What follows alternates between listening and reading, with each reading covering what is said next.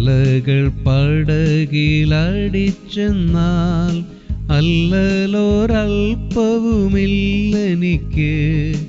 ആഴിയുമൂഴിയും നിർമ്മിച്ച നാഥൻ അഭയമായെന്നരികിലുണ്ട്. 1 തെസ്സലോനിക്കർ 1:6. ബഹുകഷ്ടം സഹിക്കേണ്ടി വന്നിട്ടും നിങ്ങൾ പരിശുദ്ധാത്മാവിന്റെ സന്തോഷത്തോടെ വചനം കൈക്കൊണ്ട് ഞങ്ങൾക്കും കർത്താവിനും അനുകാരികളായി തീർന്നു.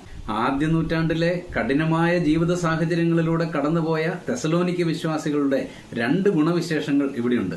1, ആത്മസന്തോഷത്തോടെ വചനം കൈക്കൊണ്ടു. 2, കർത്താവിന്റെയും അപ്പസ്തോലന്മാരുടെയും അനുകാരികളായി മാറി. എങ്ങനെ അവർക്കത് സാധ്യമായി എന്നതിനുള്ള 4 കാരണങ്ങൾ ഈ അധ്യായത്തിലുണ്ട്.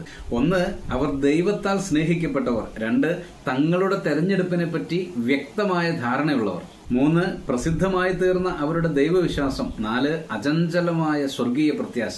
പ്രിയമുള്ളവരെ, തെസ്സലോനിക്ക സഭയുടെ ഈ ഗുണഗണങ്ങൾ നമ്മിലെങ്ങനെ? പ്രാർത്ഥിക്കാം. പ്രിയ പിതാവേ, മാതൃകയുള്ള ഒരു ക്രിസ്തീയ ജീവിതം നയിക്കുവാൻ അടിയങ്ങളെ സഹായിക്കണമേ. തിരുവചനം സന്തോഷത്തോടെ അനുസരിക്കുവാൻ കൃപ നൽകണമേ. ക്രിസ്തുയേശുവിന്റെ ധന്യനാമത്തിൽ തന്നെ. ആമേൻ.